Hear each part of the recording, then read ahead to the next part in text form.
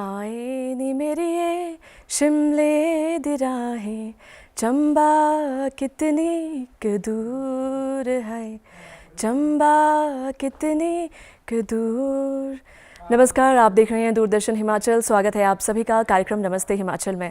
दर्शकों, यकीनन चंबा की राहें शिमला से बेहद दूर है, लेकिन आज आप चंबा ही नहीं, उसकी खूबसूरत वादियों और वहाँ के लोक जीवन, गद्दी समुदाय, तमाम संस्कृति से जी हाँ खुद को बहुत करीब पाएंगे, क्योंकि आज हमारे बीच मौजूद है रावी सी खनकती और मणिमहेश सी आभा लिए आवाज़ श्री बहादुर भारद्वाज जी। तो चलिए सीधे मिलवाते हैं आपसे इनसे। नमस्कार सर, स्वागत है आपका कार्यक्रम में। जी नमस्कार सर, आज क्यों ना हम इस कार्यक्रम का आगाज़ एक मंगलमय भजन के साथ करें आपकी आवाज़ में। जी, सबसे पहले मैडम जी मैं धन्यवाद करना चाहता हूँ डीडी हिमाचल का, जो कि मुझे यहाँ पे आने का मौका दिया। और शुरुआत मैं अपने इंट्रो से करूँगा। मैं एक छोटे से गांव से बिलोंग करता हूँ, जिला चंबा से। नाम मेरा बहादुर भारद्वाज है और मेरे गांव का नाम चौरी है, ग्राम पंचायत कुंवर। इसके पीछे भी एक जो मेरी पंचायत, इसका जो गांव है मेरा पंचायत जो कुंवर है, इसके पीछे भी एक रोचक कहानी है। ये भी कहीं ना कहीं देवलोक से जुड़ी है और प्राचीन समय से ये नाम जुड़ा है कुंवर। जैसे कि आप सुन पा रहे हैं, कुंवर ये एक पांडव हुआ करते थे पहले, जो पांडव हमारे गांव पंचायत में आए थे। आपको पता ही है कि जब उनको वनवास हुआ था तो जगह जगह जगह रहते थे।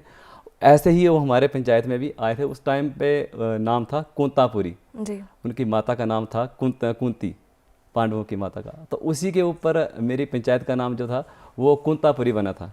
लेकिन समय के ढलते ढलते ये शब्द का आप या कह लो कि एक टूट जाना या कहीं ना कहीं बोल जो है इधर उधर हो जाते कई बार। तो पहले बुजुर्ग भी भोले भाले होते थे, कहीं ना कहीं जो शब्द है वो इधर उधर हो जाता था। उसके बाद जिसका कुंतापुरी से वो कुंवर रह गया। तो ये जो है पांडवों से मिलकर जो बना है हमारा मेरे गांव का नाम वो कुंवर। और मेरी एजुकेशन, प्राइमरी जो एजुकेशन हुई है गवर्नमेंट प्राइमरी स्कूल जैंतरा कुंवर से हुई है। और मिडिल स्कूल मैंने कुंवर से ही करी है मिडिल की। और जो 9th 10th 11th है वो मैंने गवर्नमेंट प्राइमरी स्कूल जो है इंदौरा से करी है। जी मैडम, बहुत खूब। आपने अपने जन्मस्थली जहाँ पर आपकी आवाज़ को तराशा गया आपके द्वारा, उसके बारे में बहुत अच्छा वर्णन आपने किया, उसके ऐतिहासिक परिप्रेक्ष्य को भी आपने साझा किया। और तो क्यों ना अब आपकी आवाज़ में एक मधुर सी भजन की शुरुआत की जाए। जी मैडम, ज़रूर। हम शुरुआत करना चाहेंगे माता भरमाणी के भजन से। थोड़ा सा इसके बारे में भी मैं बताना चाहूँगा। ये जो भजन है माता भरमाणी का, ये एक बहुत बड़ी कहानी है। जब भी आप, जैसा कि आप सभी जानते हैं कि भोले बाबा की नगरी भरमौर कहा जाता है, और जब भी आप कभी मणिमहेश यात्रा के लिए जाते हैं तो ये कहावत है कि सबसे पहले जो है माता भरमाणी के जो है वो दर्शन किए जाते हैं, उसके बाद की जो यात्रा है वो सफल होती है। तो इसी के ऊपर भजन मैंने लिखा था और खुद ही लिखा, खुद ही कंपोज करा है। तो इसकी मैं चंद लाइनें आपको सुनाना चाहूँगा। हो सूहे झंडे तेरे, हो सूहे झंडे तेरे, झूले हो पूरा भर मोर, हिले माँ भर माणी, ओ माँ भर माणी।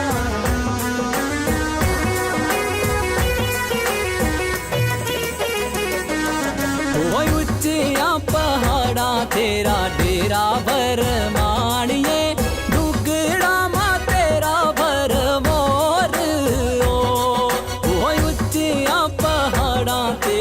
तेरा भर माणिए, डुगड़ा मा तेरा भर मोर ओ बस दी तू कंडे भर मोरा दिया धारा भर माणिए, देखने जो सुंदर नजारा ओ बस दी तू कंडे भर मोरा दिया धारा, देखने जो सुंदर नजारा।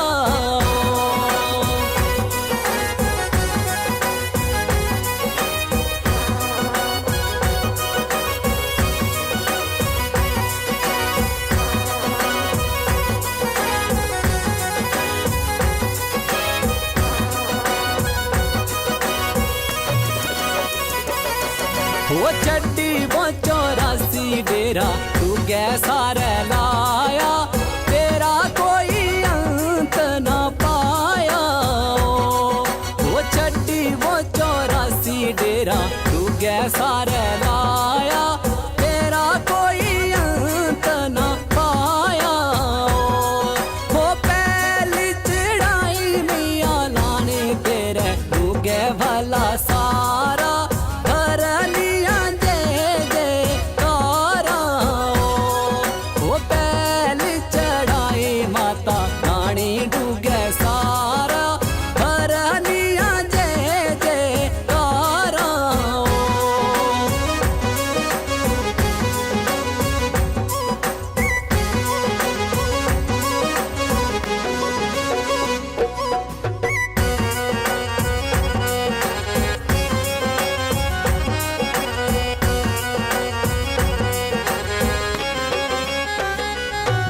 वो लग दे जे मेले लोकी मणि में साजांदे, दर्शन पहला तेरा पांदे ओ। वो लग दे जे मेले लोकी मणि में साजांदे, दर्शन पहला तेरा पांदे ओ। वो खोली दे दुआर माता मंदिरां दे, माता भरमाणिए संगतां ने दर्शन आने ओ। वो खोली दे द्वार माता अपने भरमाणिए, संगतां ने दर्शन आने ओ।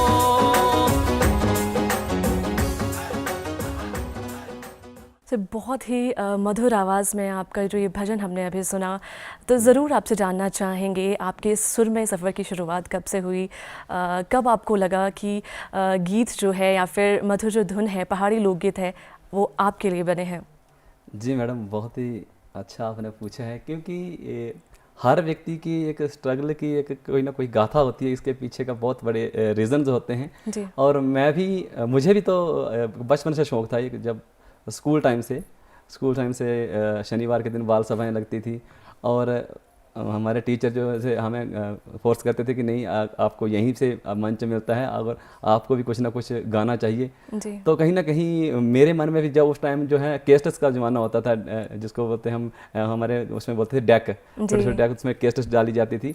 और कहीं अगर अगल बगल में हमने सुन ली नई वाली कैसेट, तो उसको ले आना अपने घर में लगाना, सुनना, उसको पूरा रट रखते थे दिमाग में। आजकल तो यूट्यूब का ज़माना, सोशल मीडिया का ज़माना है, उस समय कैसेट्स का ज़माना होता था, और वो पूरी जो गाने थे वो डायरी पे लिखने।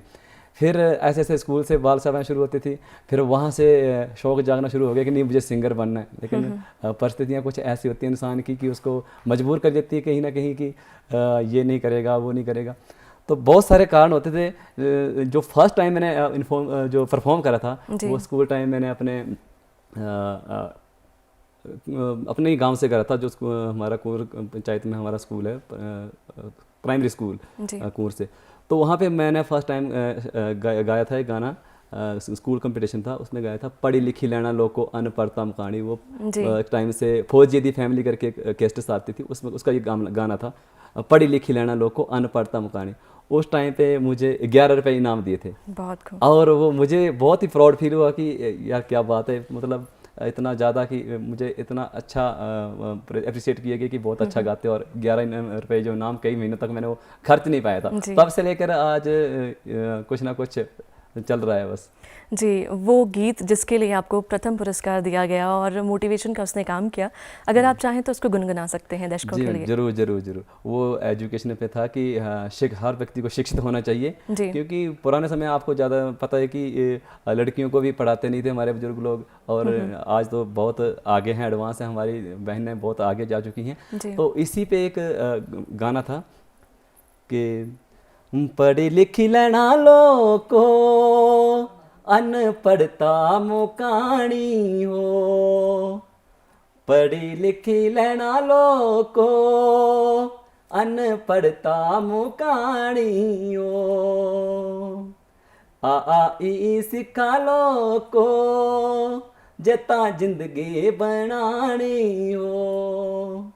आ ई सिखा लोको जता जिंदगी बनानी हो। पढ़ी लिखी करी तुसा बनन बाब, अनपढ़ होए तब जिंदगी खराब। पढ़ी लिखी करी तुसा बननन बाब अनपढ़ होए तब जिंदगी खराब आ ई सिखा लो को जेता जिंदगी बनानी ओ पढ़ी लिखी लेना लोको अनपढ़ता मुकानी हो। बहुत खूब। बिल्कुल हम उस दौर को याद कर सकते हैं जब आपने ये गुनगुनाया होगा और कंपोज़ भी आपके द्वारा किया गया, तो बहुत बड़ी बात है, आपको मोटिवेशन उस समय मिला। आज आप इस मुकाम पर पहुंच गए हैं, आज आपको हर कोई आपके गीत को, आपकी आवाज़ को पहचानता है, आपको बहुत सम्मान देते हैं। तो आज कोई ऐसा गीत जो आपको कह सकते हैं इतनी प्रसिद्धि दे रहा है, या फिर जिससे आपकी शुरुआत हुई प्रोफेशनली अगर हम कहें, वो अगर आप गुनगुनाना चाहें। जी, थोड़ा सा पहले मैं इसके बारे में मुझे बता दूं कि जो ये मुझे इनाम दिया गया था वो फर्स्ट टाइम पे ना जी, ये आज इस दुनिया में नहीं है। वो लेट श्री खिन्नूराम जी थे, प्योर रिटायर थे वो कुंवर से। उनका आज वो स्वर्ग में है, हम नरक में हैं। तो आज भी मुझे याद है उनके द्वारा मुझे 11 रुपये इनाम दिया था। और उसके बाद धीरे धीरे जर्नी स्टार्ट होती गई। और मैं एजुकेशन के बाद मैं गवर्नमेंट ITI ऊना चला गया। ITI करने के बाद मैं जयपुर में रहा 2-3 साल। वहाँ से मैंने छोड़ दिया था कि मुझे सिंगिंग में भी जाना है। लेकिन जब कहते हैं कि कहीं ना कहीं अगर मन में ठान रखी हो तो फिर कहीं ना कहीं आपको जो है मौका भगवान देता है। तो जयपुर में 2 साल जॉब करने के बाद फिर मैं ट्राई करता रहता था गवर्नमेंट जॉब के लिए भी। और ट्राई करते करते आज Himachal Pradesh state electricity board में मैं कार्यरत हूँ। जी, बहुत बढ़िया। तो जैसे कि आपने बोला कि गाने की शुरुआत जो पहले माता ब्रह्माणी का आपको सुनाया, तो उसका भी मैंने जिक्र करा। पहले मैंने जो सॉन्ग गाया था वो केलंग मुरारी जी का गाया था, वो हमारे कार्तिक स्वामी, उसके भी बाद हम चर्चा करेंगे। लेकिन आपने बोला कि प्रसिद्धि हमें कार्तिक स्वामी हमारे कुल देव, वहाँ उनके गाने से भी मुझे बहुत ज़्यादा प्रसिद्धि मिली भजन से। एक छोटा सा गाना है केसरो जी, उसकी मैं चंद लाइनें आपको सुनाता हूँ। इसके ऊपर भी चर्चा करेंगे कि ये गाना क्यों है और कैसे है। तो पहले आपको सुना देता हूँ मैं जी। हो बितड़ो गोवाड़े अधी रात कुण मणु आया वो केसरो। हो बितड़ो गोवाड़े अधी रात कुण मणु आया वो केसरो। हो सारी रात गल्लां बोलाइया कुण तेरा यार केसरो। हो सारी रात गल्लां बोलाइया कुण तेरा यार केसरो। होर मणु कोई ना होला सका वो मो शेर केसरो। होर मणु कोई ना होला सका वो मो शेर केसरो।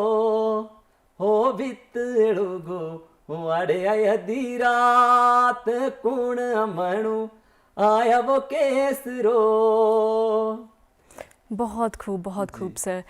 सर, आपने शुरुआत की धीरे धीरे, तो हम आपसे जानना चाहेंगे किन गानों को सुनकर आपने खुद को तराशा। कहते हैं ना कि लोक संस्कृति, लोकगीत जो हैं हमें परंपरा से मिलते हैं। तो ऐसे कौन से गायक हैं, या फिर हम कह सकते हैं कौन से धुनें या फिर गीत सुनकर आप खुद को तराश पाए? जी मैडम, ये गाने की बात करूँ तो वैसे तो मैं सभी सिंगर को सुनता हूँ, जो भी जितने भी हैं। ज़्यादातर मैं हिमाचली फोक सुनता हूँ और बेसिकली मैं गद्दी कम्युनिटी से बिलोंग करता हूँ और गद्दी कल्चर को मैं ज़्यादा सुनता हूँ। तो गद्दी कल्चर में मैं बात करूँ तो हमारे जो सिंगर्स हैं, वैसे तो बहुत सिंगर हैं, सभी का मैं रिस्पेक्ट करता हूँ, मान सम्मान करता हूँ जी। लेकिन अगर गद्दी संस्कृति की बात करें तो आज जो हिमाचल में गद्दी संस्कृति को जो एक नई पहल जो पहचान दी है, वो हमारे आदरणीय बड़े भाई सुनील राणा जी की बदौलत जो है, वो उनको ही मैं अपना आइडल आज तक मानता हूँ और उन्हीं को सुनता हूँ गद्दी गाने की अगर बात करूँ तो।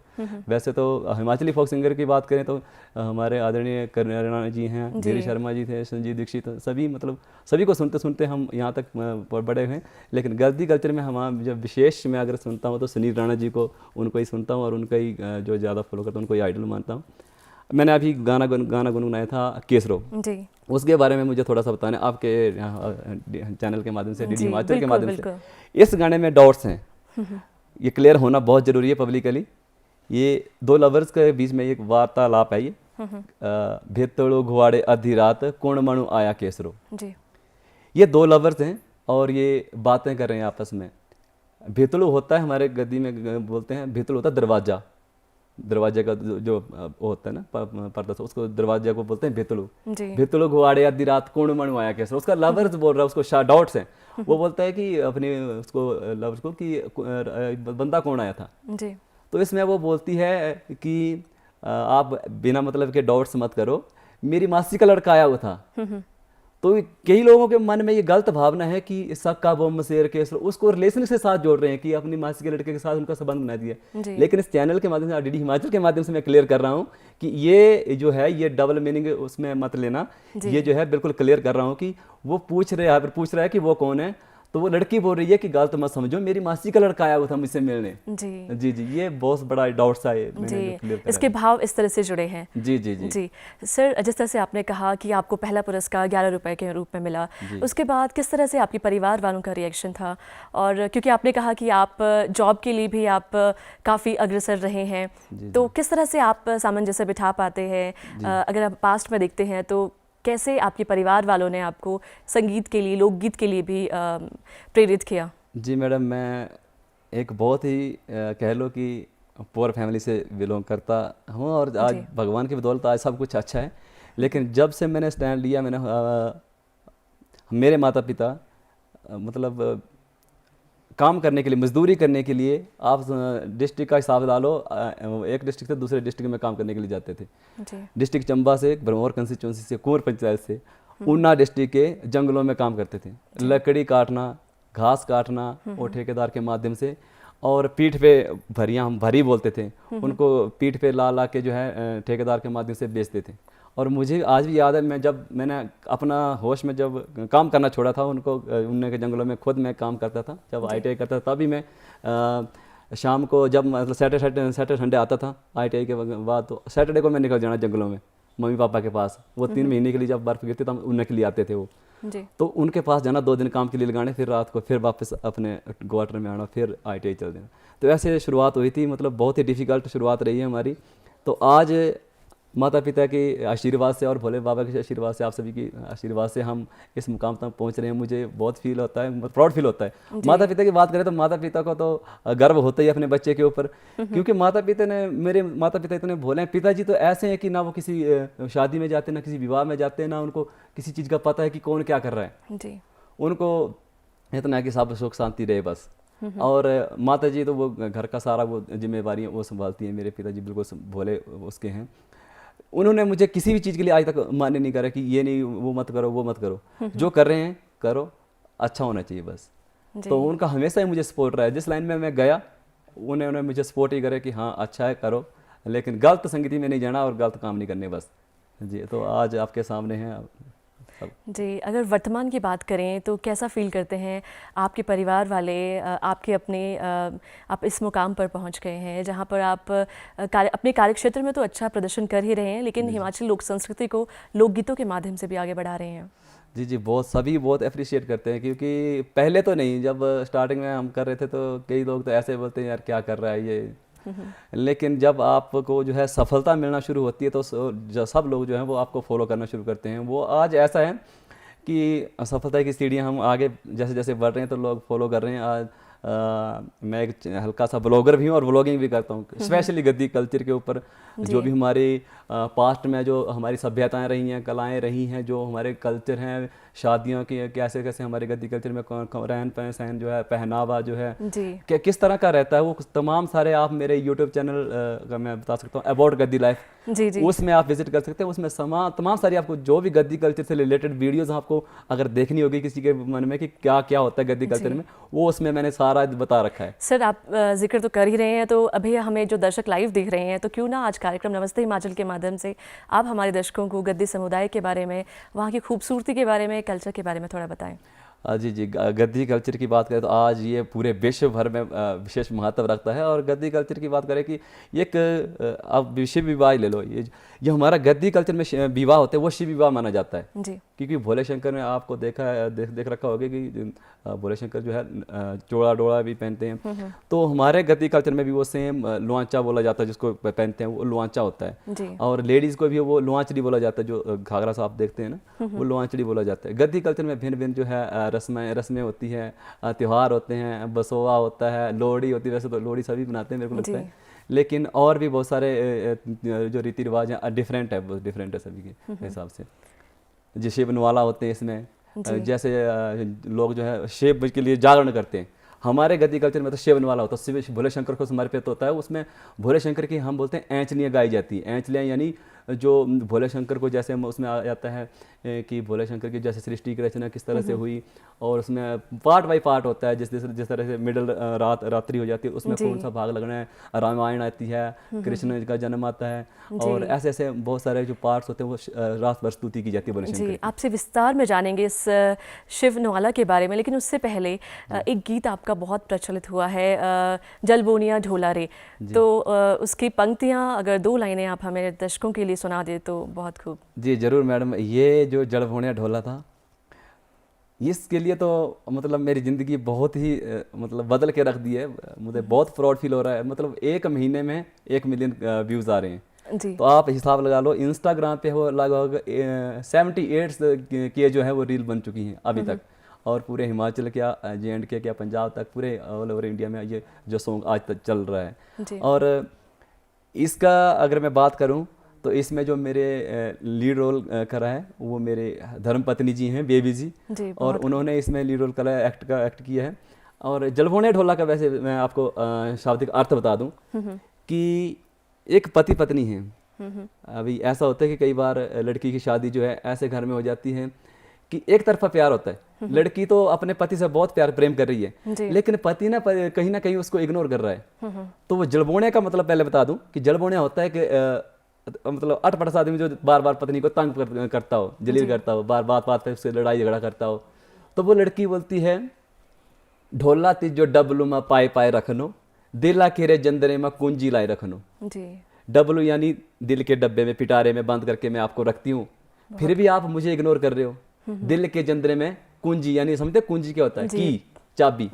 वो पुराना शाब्दिक अर्थ है ये कुंजी। ये आप मतलब ये शब्द जो है ये विलुप्त हो रहे हैं धीरे धीरे। तो मैंने इसलिए पौराणिक शब्द लिए हैं थोड़ा, क्योंकि बार जो है वो एक बार रिपीट हो जाए और लोगों को पता चले कि कुंजी क्या होता है, जंदरा क्या होता है। तो उसमें गया कि ढोला तिजो डबलू में पाए पाए रखनो, दिला केरे जंदरे में कुंजी लाए रखनो, ढोला जलबोनिया ढोला, जलबोनिया के तंग करने वाले ढोला कि मैं इतना प्रेम करती हूँ आपको, अपने दिल के पिटारे में बंद करके दिल के जंदरे में कुंजी लगा के रखती हूँ, आप फिर भी मुझे इतना वो कर रहे हो। उसकी मैं आपको लाइन सुना।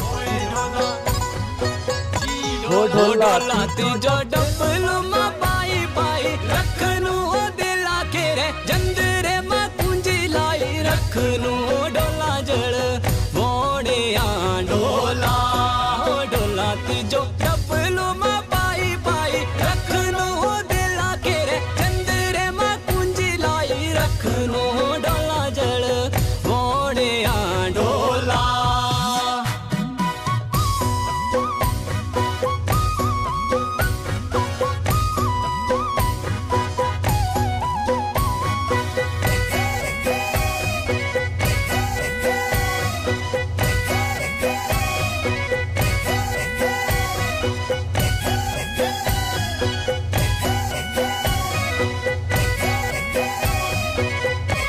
हो दिला केरी सूया पिराई तिजो रखनू, गले पाई हारा माही के लाई रखनू, ढोला जल बोनिया ढोला। हो दिला केरी सूया पिराई तिजो रखनू, गले पाई हारा माही के लाई रखनू, ढोला जल बोनिया ढोला।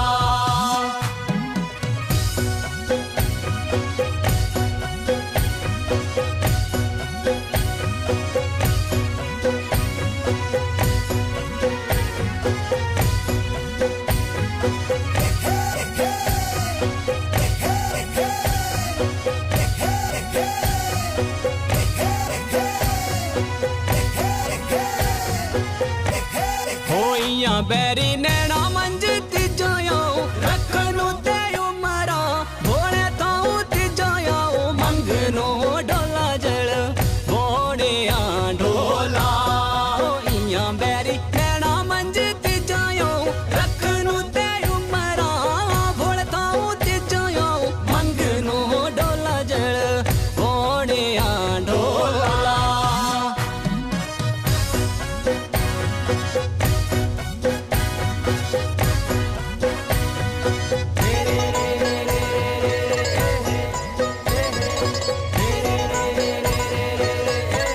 हो दिला केर बितळू गुवारी कुनी हेरे हो दिला मंज बाजी ना कोई तेरे हो डोला जळ बोड़िया ढोला हो दिला केर बितळू गुवारी कुनी हेरे हो दिला मंज बाजी ना कोई तेरे हो डोला जळ बोड़िया ढोला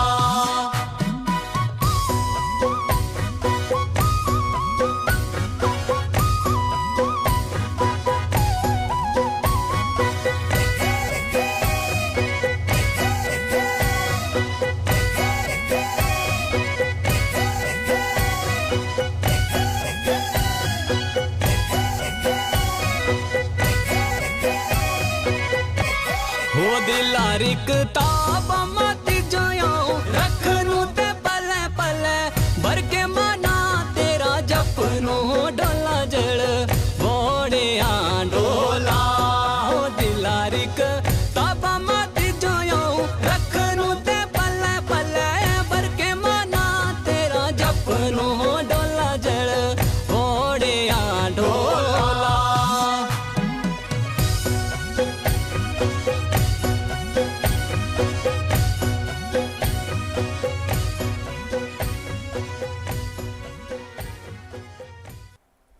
बहुत खूब सर। और इस गीत के पीछे जो कहानी है हम दर्शकों को ज़रूर बताना चाहेंगे कि इसमें आपकी धर्मपत्नी ने भी कार्य किया है। जी। तो किस तरह से आप मना पाए, उनका साथ किस तरह से आपको मिला? जी, बहुत ही अच्छा क्वेश्चन है। मुझे लगता है कि ये बहुत बड़ी बात थी मेरे लिए, क्योंकि कई बार ऐसा होता है ना कि अब कई लड़कियां तो होती है कि उनको शौक होता है वो कि वो बोल देती है कि मुझे भी रोल करना है या कुछ। कई जो होते हैं उनके दिल की जो बात है वो बाहर ही नहीं आ पाती हैं, वो बोल ही नहीं पाती कि मुझे भी शौक है या मुझे भी इंटरेस्ट है, आप मुझे भी इसमें मौका दो। जी। तो मैंने जब ये गाना लिखा था, खुद ही लिखता हूँ मैं, खुद ही कंपोज करता हूँ। जब मैंने ये गाना लिखा था तो ऐसा इस तरह से लिखा कि मैंने मेरा फैमिली जो है, परिवार का जो है उसमें शामिल हो सके। और इसमें इसकी जो वर्डिंग है, जैसे कि आपको बता दिया कि ढोला जो डबलू में पाए पाए रखनो, दिला के जंदरे में कुंजी लाए रखनो, ढोला जल होने। फिर उसके बाद इसका अंतरा है कि इया बैरी नैना मंज तिजो मंगनो उमरा भोले थो मंगनो। जी। वो बोलती है कि इन बैरी नैनों में मैं आपको रखती हूँ, सदा आपके नाम जपती हूँ, और ताउम्र मैं जो भोले शंकर से प्रार्थना करती हूँ कि आप ही मेरी लाइफ में आए जब भी मैं जन्म लूँ, फिर भी आप मुझे इग्नोर कर रहे हो। हाँ? और दिल आखिर सुइयाँ पिरोई तिजो रखनू, दिल की सुइयों में आपको पिरोई रखती हूँ, और गाड़े पाए हारा मैं हिक्के ला रखूँ। हिक बोला जाता है हमारी छाती को, अपनी गद्दी भाषा की बात करें तो छाती को बोला जाता है कि गाड़े पाए हार जो होता है, चंद्रहार जिसको बोलते हैं गद्दी कल्चर में, आप देखो हार होता है, गाड़े पाए हारा मैं हिक्के लाए रखनो। मतलब जो हार पति के द्वारा दिया जाता है या मंगलसूत्र दिया जाता है, तो वो एक पति का दिया होता है, गहना उपहार होता है। तो उसको मैं आप अपने सीने के उसको उसमें देखती हूँ कि मैं मेरा पति है, उसको अपनी छाती के साथ लगा के रखती हूँ। तो ये फिर भी आप मुझे इग्नोर करते हो, मैं इतना ज़्यादा आपको वो करती हूँ। इसमें सारी ऐसी वर्डिंग जब मैंने लिखी, और मुझे लगा कि कहीं ना कहीं अगर मैं किसी और एक्टर को लेता हूँ तो कहीं ना कहीं मुझे थोड़ा ऐसा होता है कि अगर अपनी पत्नी होती है इसमें तो लाइफ जो है यादगार बन जाती है। कहीं ना कहीं जब भी हम देखेंगे तो एक बहुत बड़ा रोल हो जाता है कि मेरी फैमिली है इसमें, हम परिवार पूरा इन्वॉल्व है।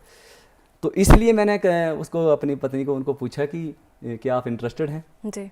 तो फूले नहीं समाये कि मुझे क्यों पूछ रहे हो, आप तो मॉडल को लेने वाले किसी और को। मैंने कहा कि मैंने जो गाना लिखा है मैंने अपने फैमिली मैटर के हिसाब से लिखा है, अगर आप चाहती हैं तो मैं इसमें हम दोनों के रोल को लेते हैं। तो उनका जवाब यही था कि अगर आप चाहते तो मैं इस पर इंटरेस्ट हूँ, मुझे बहुत अच्छा लगेगा। तो मुझे भी बहुत खुशी हुई कि अपने फैमिली की अगर बात इसमें आती है तो मुझे अपनी फैमिली को जो है प्राथमिकता देनी चाहिए। तो फिर उनको मैंने ऐसे ले लिया और आज वो गाना आपके सामने से अब पर मंथ जो 1 मिलियन क्रॉस कर रहा है। जी, बहुत खूब, बहुत बहुत शुभकामनाएं, इसी तरह से आप काम करते रहे।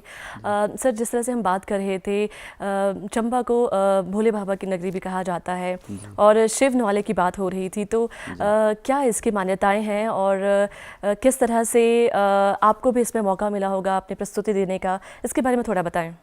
जी, शिवनवाले की अगर बात करें तो हमारे बुजुर्ग जो है वो शिवनवाला गाया करते थे और उनको भी हम सुनते रहते हैं और आज भी सुनते हैं और पहले भी सुनते थे। हमारे ताया जी थे, हैं श्री आदरणीय श्री प्यूंदी राम जी, वो गाते अब इस बूढ़े हो चुके हैं, उनके बेटे हैं, तो उनको भी हम सुनते रहते हैं और सुन के हम थोड़ा बहुत सीख रहे हैं। आज गाते तो उतना नहीं है लेकिन सीख रहे हैं।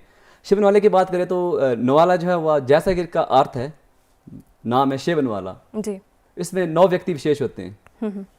उनको इसलिए शिवनवाला नाम दिया गया है। उसमें 9 व्यक्ति होते हैं। 4 जो होते हैं उसको चौकड़ा बोला जाता है, भरमौरी गद्दी कल्चर में चौकड़ा गाने वाले जी। उसमें थाली घड़े वाला होता है, ढोलक वाला होता है, 2 संगीतकार साथ देने वाले होते हैं। 4 व्यक्ति होते हैं और 9 लड़ी फूलों की माला होती है और उसमें 4 बंदे और एक घर वाला जो मुखिया होता है जी, वो 5 हो गए। एक जो होता है शिव का चेला होता है, 6 हो गए। 2 होते हैं जो पूरी रात सेवा करते हैं बंदों की, 8 हो गए। एक जो होता है उसमें भोले शंकर खुद।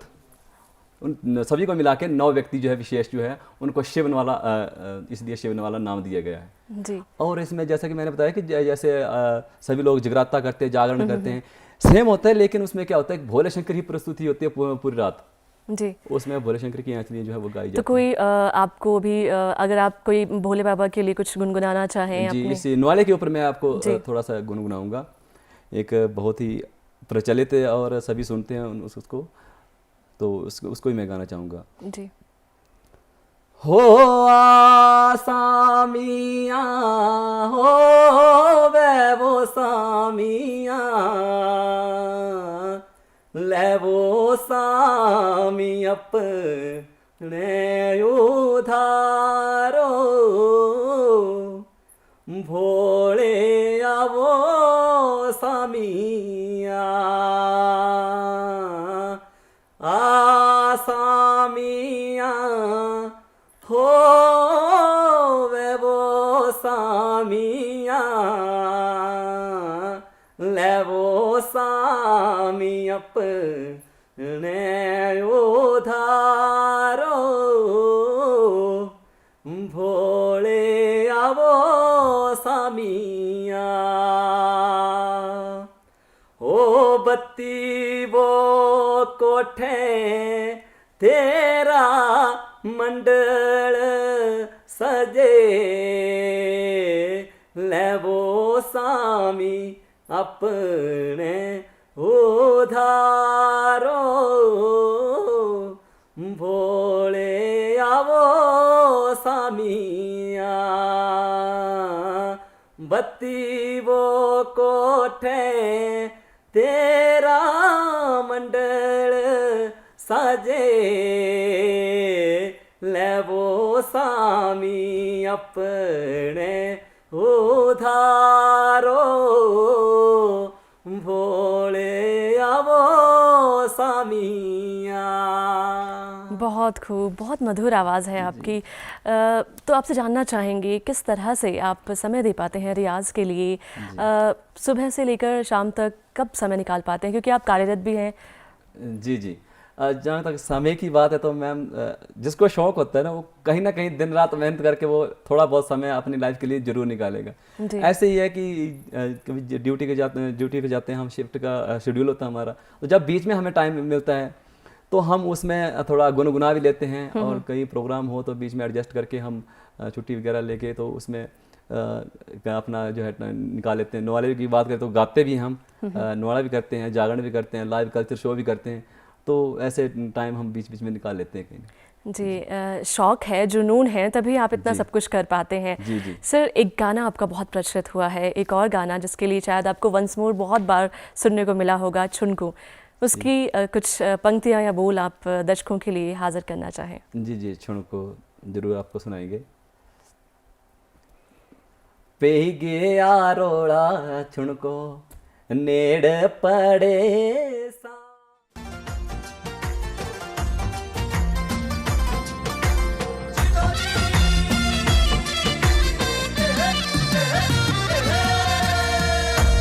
गया रोड़ा छुणको नेड़ पड़े सा, छुणको सा पैरा हारी हो। गया रोड़ा छुणको नेड़ पड़े सा, छुणको सा पैरा हारी हो। किया तेरा पैर सो भारे हो छुणको,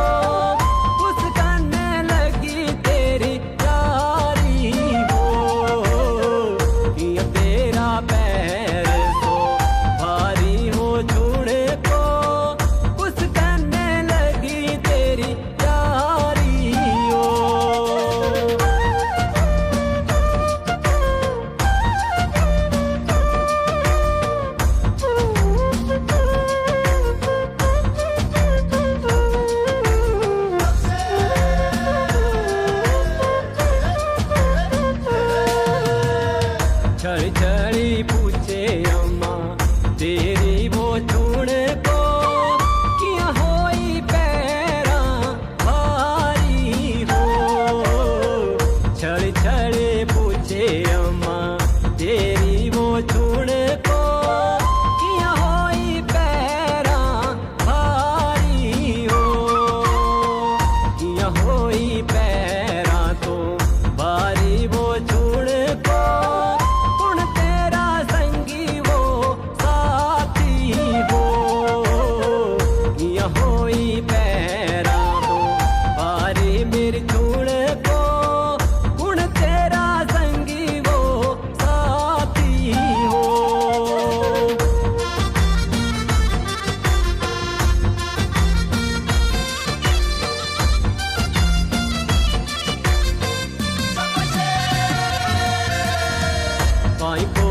किली किया जाना मेरी अम्मा जी, 5-7 छोरू आंदे तेरे हो। भाईपुर किली किया जाना मेरी अम्मा जी, 5-7 छोरू आंदे तेरे हो। 5-7 छोरू आंदे तेरे मेरी अम्मा जी,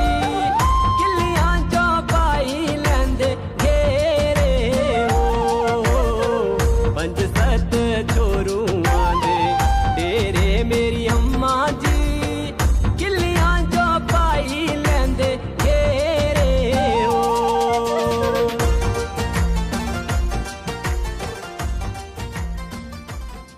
बहुत खूबसूरत सर, जिस तरह से आपने अपने वीडियो में अपने गीतों के माध्यम से चंबा की खूबसूरती, वहाँ की संस्कृति को बयां किया है। शायद जो दर्शक हमें में देख रहे हैं वो भी भाव विमोर हो रहे होंगे। सर आपसे जानना चाहेंगे इसकी जो जर्नी है, एक गीत जब आप गुनगुनाते हैं, लोकगीत आप गुनगुनाते हैं, स्टेज परफॉर्मेंस करते हैं, उस समय तो सभी दर्शक काफ़ी खुश होते हैं, लेकिन उसके पीछे जो संघर्ष के बारे में आपसे जानना चाहेंगे। किस तरह का संघर्ष रहता है एक गीत को तैयार करने के पीछे? कुछ यादें आप साझा करना चाहें?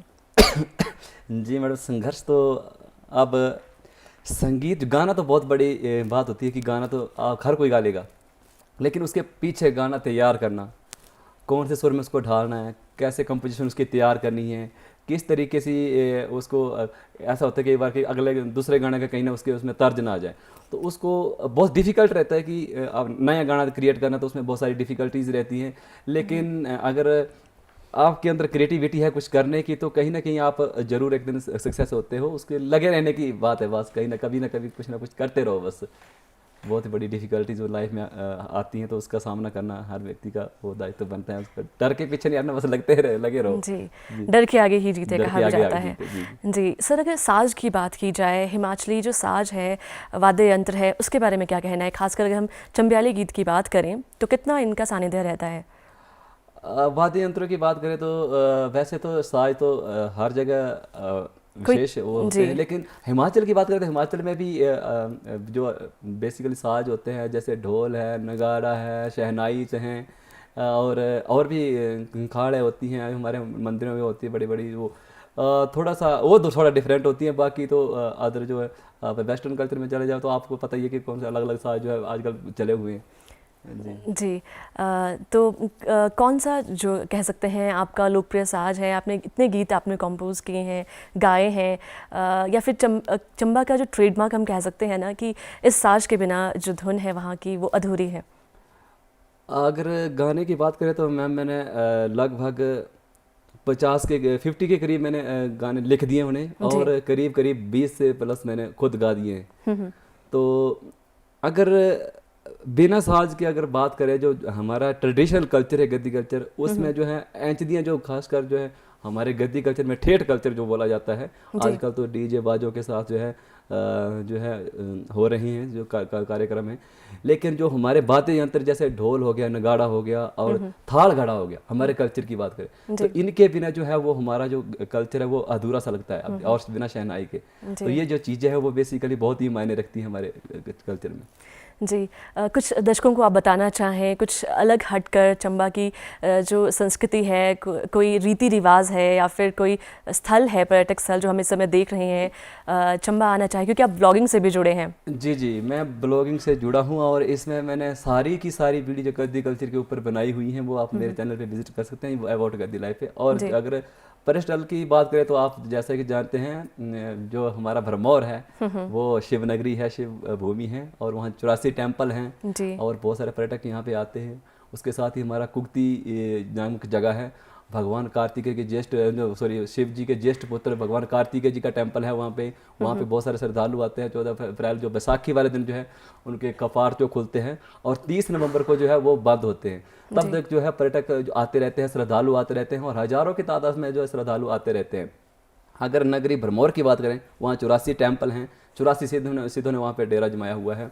उसके पीछे का कारण ये है कि कभी माता भरमाणी वहाँ पे हुआ करती थी 84 में, और हुआ ऐसा कि वहाँ पे 9 नाथ आए थे वहाँ पे, और उन्होंने आग्रह किया था कि आग्रह नहीं कि माता भरमाणी कहीं गई हुई थी भ्रमण पे, तो उन्होंने अपना डेरा वहाँ पे जमाया हुआ था। जब माता भरमाणी वापस आई तो उन्होंने बोला कि मुझे मेरे स्थान पे यहाँ पे छोड़ दीजिए आप और अपना कहीं स्थान और ले लीजिए जी।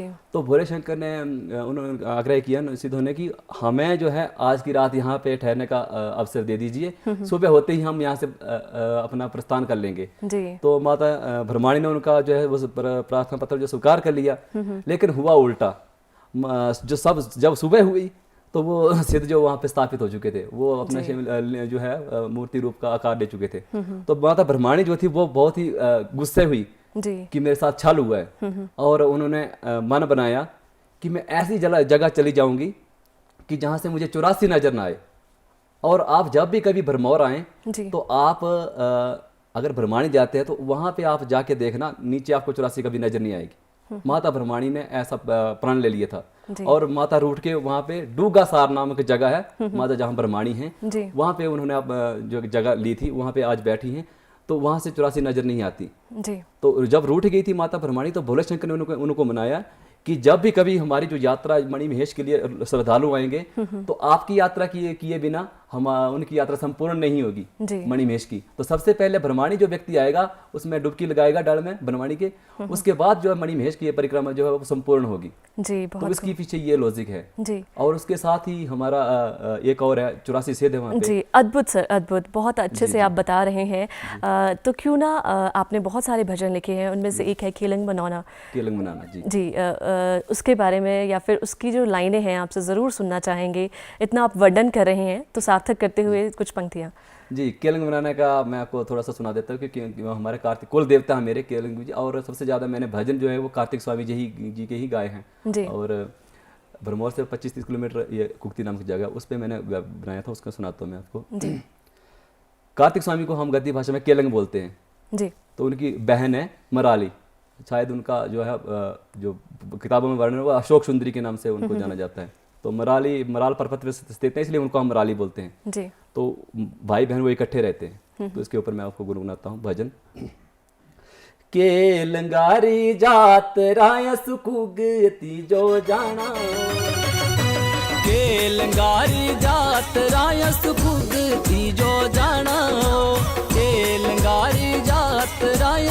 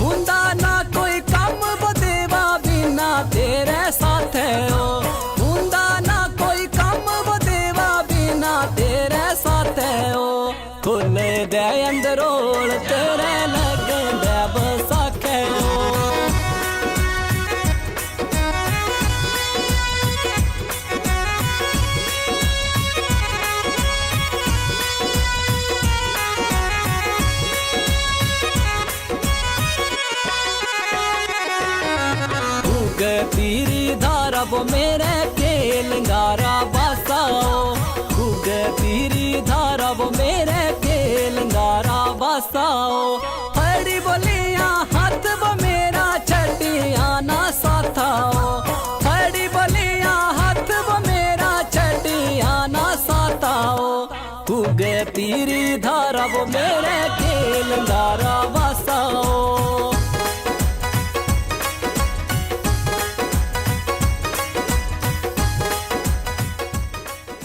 सर आप हिमाचली संस्कृति को बहुत आगे लेके जा रहे हैं, बढ़ा रहे हैं, तो क्या संदेश आप देना चाहेंगे हिमाचली संस्कृति, खासकर चंबयाली संस्कृति जिस तरह से आप सहेज कर रख रहे हैं? जी, मेरा सभी के लिए यही सुझाव रहेगा, संस्कृति कोई भी हो, कोई भी कम्युनिटी हो, जी, अपनी संस्कृति, अपने कल्चर को संजोए रखें। ऐसा नहीं है कि जो हमारा कल्चर पुरातन में था उसको वेस्टर्न में परिवर्तित कर दें। दिन प्रतिदिन हम इन चीज़ों से पिछड़ रहे हैं, अपनी बोलबाणी से पिछड़ रहे हैं, अपने रहन सहन से पिछड़ रहे हैं, अपने खान पान से पिछड़ रहे हैं।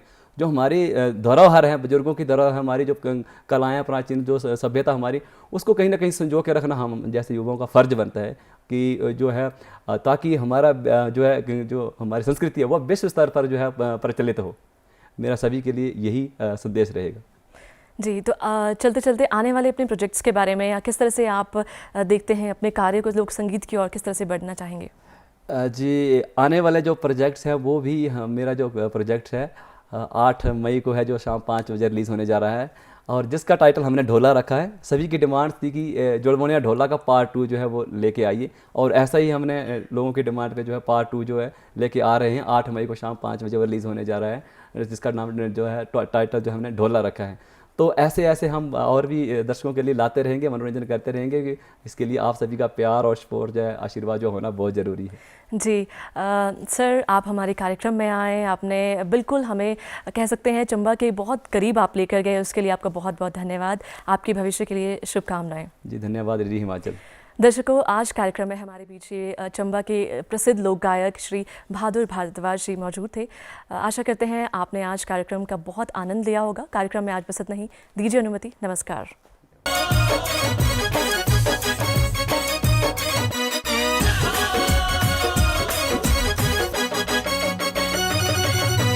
बज दिया पौड़ा ते बज दी खंखाड़ाओ बज दिया पौड़ा ते बज दी खंखाड़ाओ खेल देने चले वो तेरे बज देन गाड़े खेल देने चले वो तेरे बज देन गाड़े बज दिया पौड़ा ते बज